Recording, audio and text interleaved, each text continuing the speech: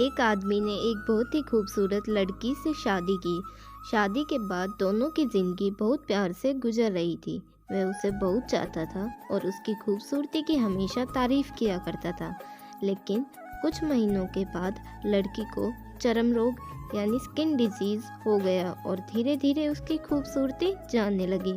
खुद को इस तरह देख उसके मन में डर समाने लगा कि यदि वह बदसूरत हो गई तो उसका पति उससे नफरत करने लगेगा और वह उसकी नफरत बर्दाश्त नहीं कर पाएगी।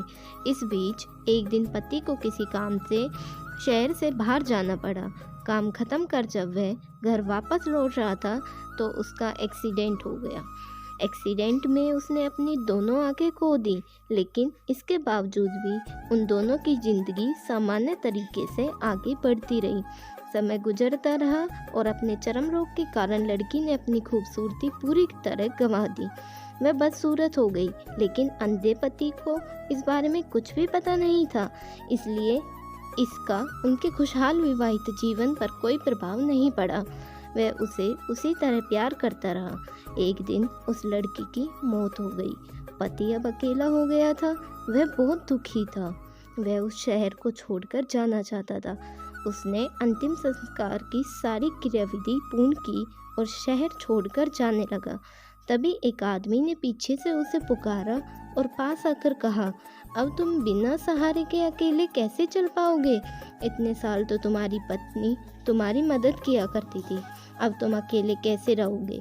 पति ने जवाब दिया, दोस्त, मैं अंधा नहीं हूँ, मैं बस अंधा होने का नाटक कर रहा था, क्योंकि यदि मेरी पत्नी को पता चल जाता कि मैं उसकी बदसूरती देख सकता हूँ तो यह उसे उसके रोग से ज़्यादा दर्द देता।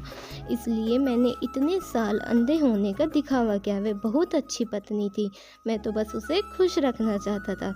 इससे हमें क्या सीख मिलती है? खुश रहने के लिए हमें भी एक दूसरों की कमियों के प्रति आंखें बंद कर लेनी चाहिए और उन कमियों को नज़रअंदाज कर देना चाहिए। दोस्तों, अगर कहानी अच्छी लगे तो शेयर और लाइक करना ना भूलें। और हाँ, अगर आप ऐसी अच्छी कहानियाँ सुनना चाहते हैं तो हमारे चैनल को सब्सक्राइब कर लीजिए। हम ऐसे ही अच्छी कहानियाँ आपके सामने लाते रहेंगे। मिलते हैं अगली कहानी में।